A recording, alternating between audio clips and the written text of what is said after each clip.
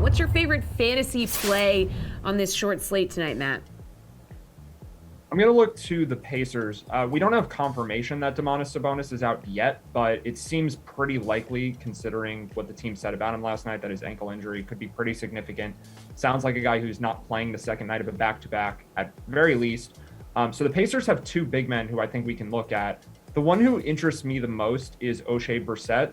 I think they'll probably split center minutes between Goga Bitadze and Isaiah Jackson, but Brissett will likely play a lot of the game as the power forward. And at 3,900, this is a guy who last year saw his price go way up above that number, I think into the 7,000s, but somewhere around that range.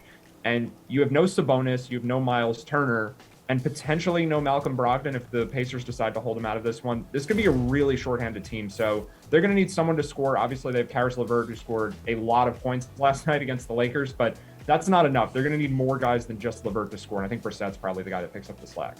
All right, Nick, what do we think? Favorite fantasy play tonight? Yeah, I'm going to go in the same direction. I mean, LeVert at 7,900, I think makes a ton of sense. 3 straight games with at least 40 DraftKings points. Decent chance he's their number one option by far tonight.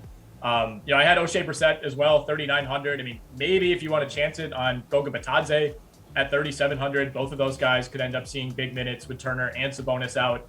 And then even I'll throw in Jonathan Kuminga as well. Probably going to be a pretty popular low-cost pivot here. People are going to look at the recent game logs, and for good reason. I mean, he's been over 20 DraftKings points in 5 straight now. Doesn't have the highest ceiling, and I agree with Matt that he maybe is not a great real-life player quite yet, but he's getting a ton of minutes, and if this one turns into a blowout, like I think it will, in favor of Golden State, he probably plays 30-plus minutes. All right, Garion, favorite fantasy play tonight? Yeah, I don't want to make too big a deal of $100, but it is absolute insanity that Steph Curry continues to be priced above Luka Doncic. Matt did point out there's a chance that Luka maybe sits in the second half of the back-to-back. He played 42 minutes last night.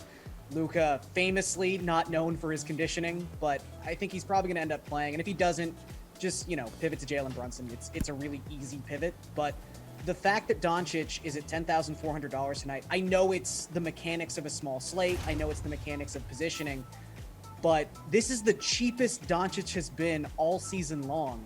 And he's coming off 2 games where he's essentially averaged 70 DraftKings points. And again, he's $100 cheaper than Steph Curry, who's shooting, as Nick said, about 25% from 3 across the last month. So I just don't understand what's happening here. You start your lineups with Luka, and then you find the value anywhere else.